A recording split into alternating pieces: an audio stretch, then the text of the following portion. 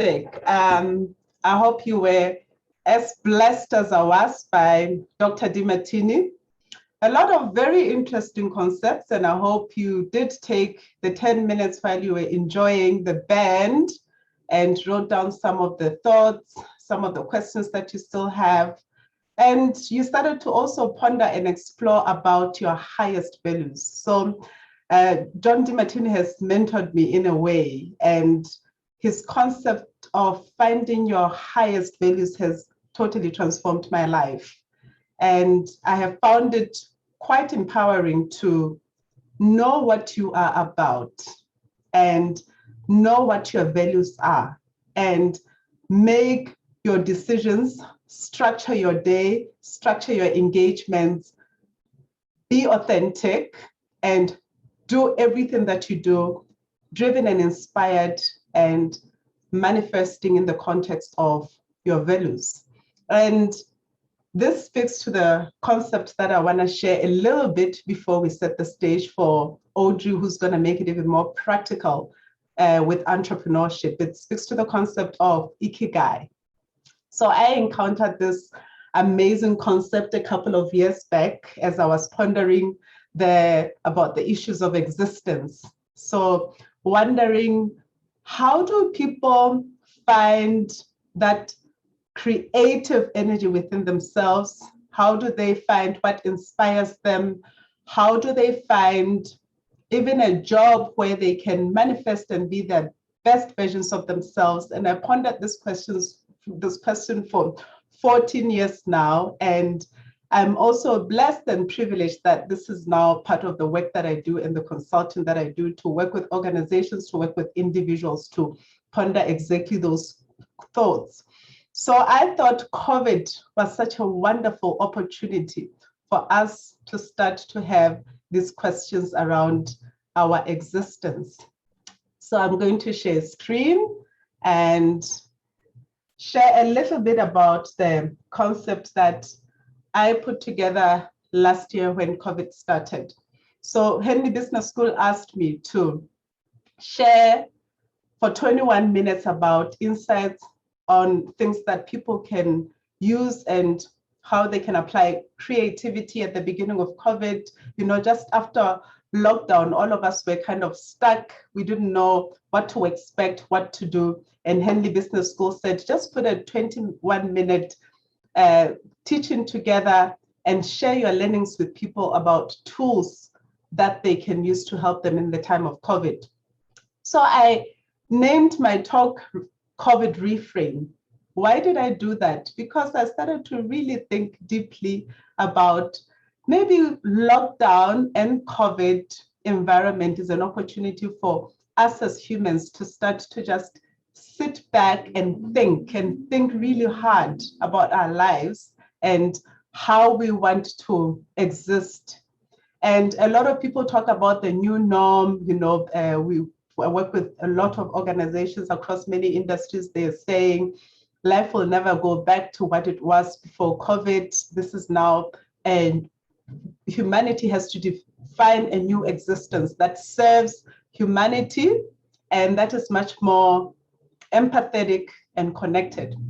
So I thought, then if we were to reframe COVID as a time that we can think positively, we can tap into our inner power, inner energy, and start to think about these questions that really transform who we are. How would I put it? So I reframed it into, maybe the C in COVID is remembering creativity and asking ourselves questions of creativity. All those very intelligent questions that you asked, John DiMartini, I thought this is time for us to really think about it. Why did I do this? 14 years back when I encountered creativity, one of the biggest questions in my heart, in my life, I was enrolled in an MBA at UCT, was how come 40 hours every week of my life in a job that I do, I don't feel like I am manifesting my ultimate purpose and I'm living from the heart and I am being authentic and truly living out of my highest values. I sat down and I thought, why was I created? I was created to be creative by this creator who made me in his image so that I can continue the work of creativity. So if every day in my life I'm not thinking about creativity and I'm not creating, I'm not aligned with that purpose of God for my life.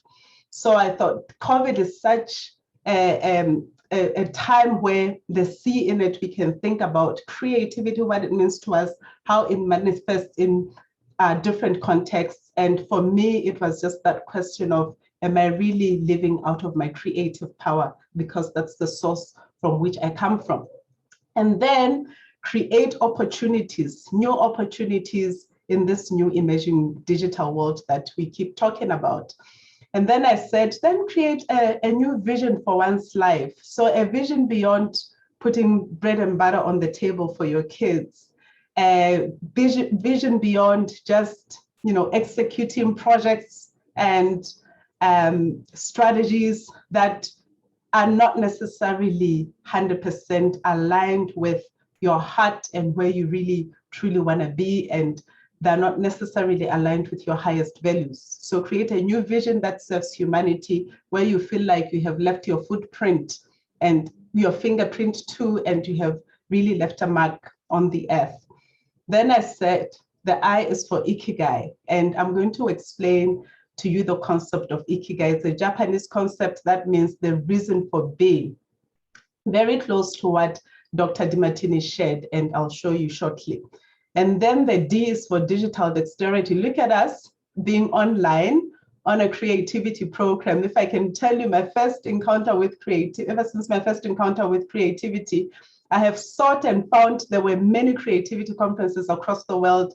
I connected with those communities, and every single year I used to travel to a creativity conference, whether it's in Limpopo here in South Africa, or it's in Nigeria, or it's in Buffalo State in New York, or it's in London. I would always seek them and find them, and then we would gather together and we build all of these tools for creativity, for teaching, for unleashing. We have discussions, we invite people from all over the world to talk about creativity, to uncover new research and science around it and how we can continue to manifest it.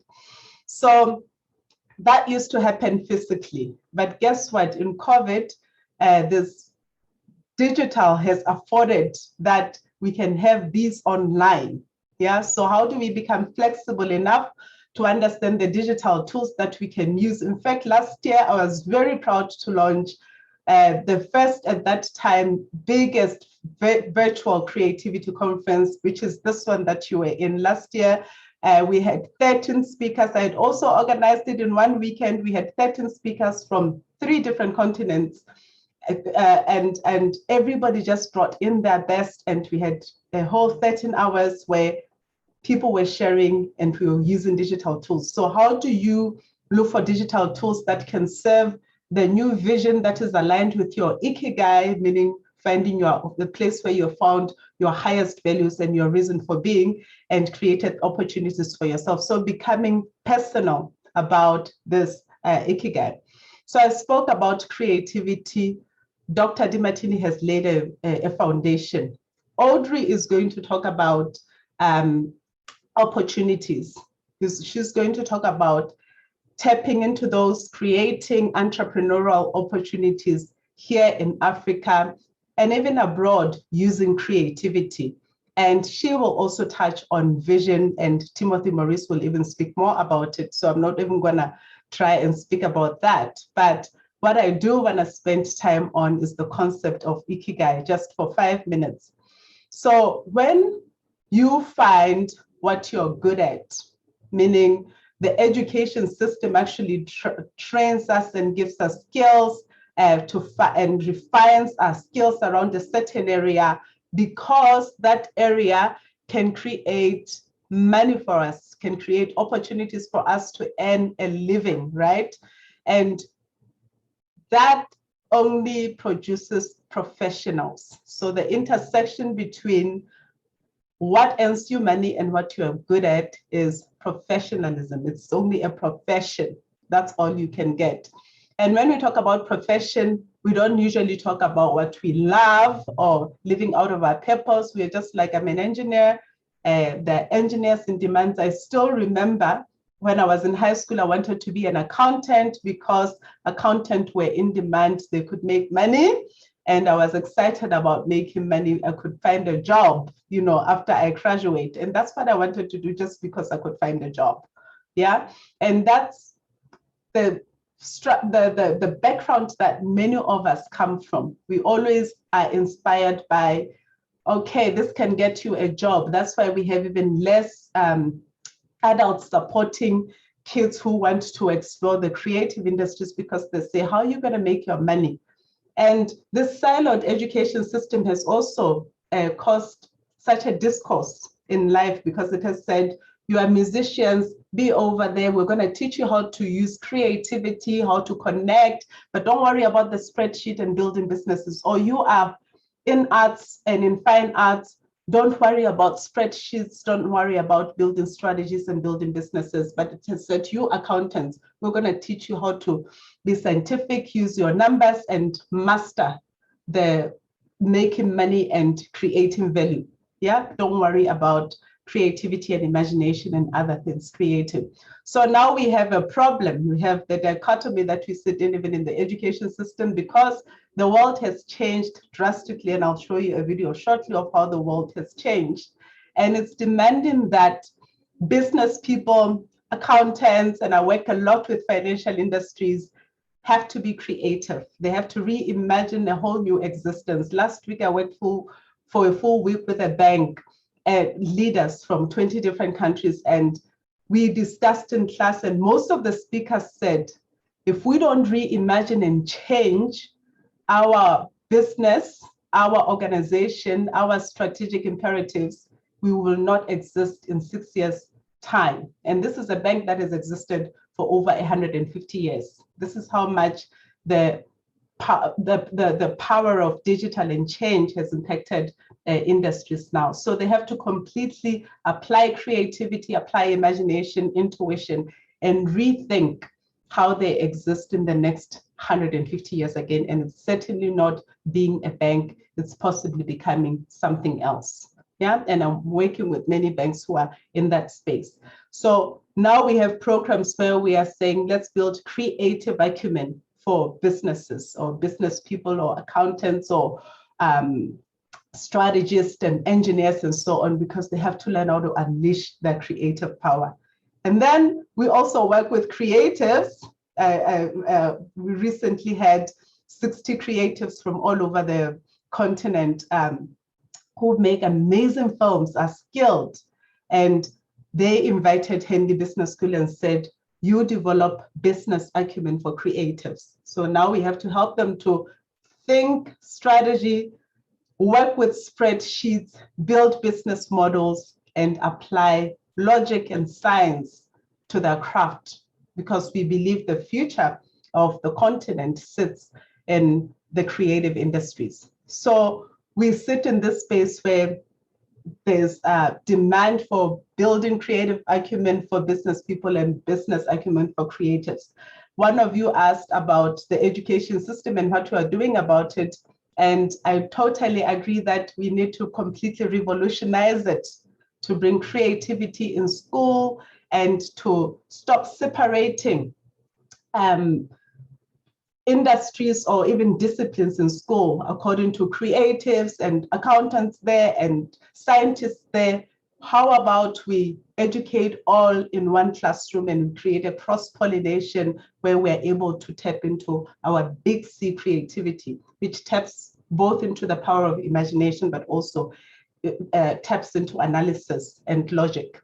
So when we talk about a profession, coming back to Ikigai, when we talk about a profession and you go into a space where you say you want to just be an engineer because it makes you money, and you take out what you love out of that conversation and what the world needs, it means you haven't addressed the question of purpose and waking up every day to do what you love.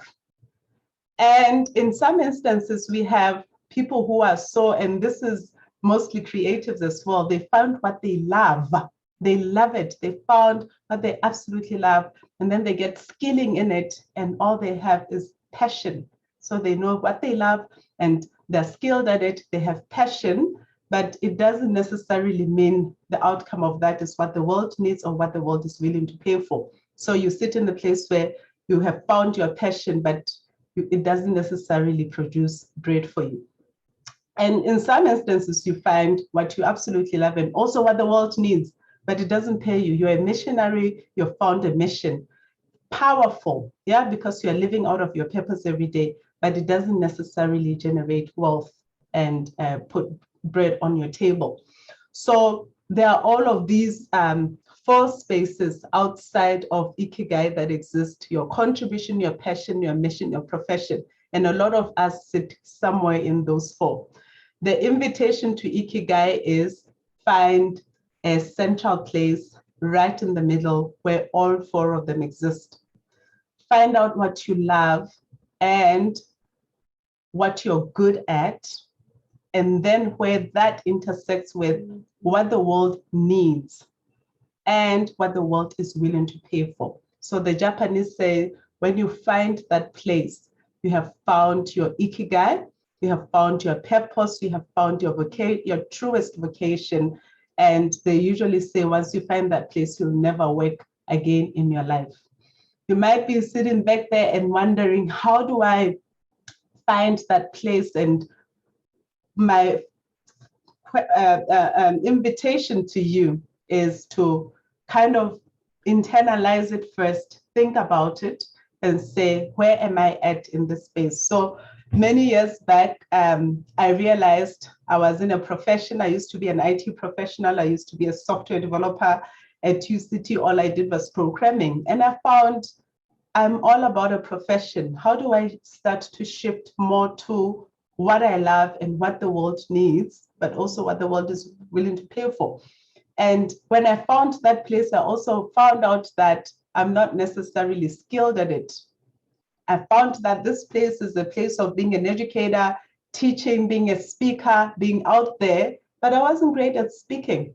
So instead of sitting back and saying, well, I'm not good at it, I worked on it. So I worked so hard on my public speaking skills, and I enrolled in various programs from Henley Business School to Toastmasters to all sorts of certificates along the way, because I was refining my ability to communicate and to speak, because it was critical, because people are not going to pay for something that you're very passionate about, you love it, but you're not skilled at it.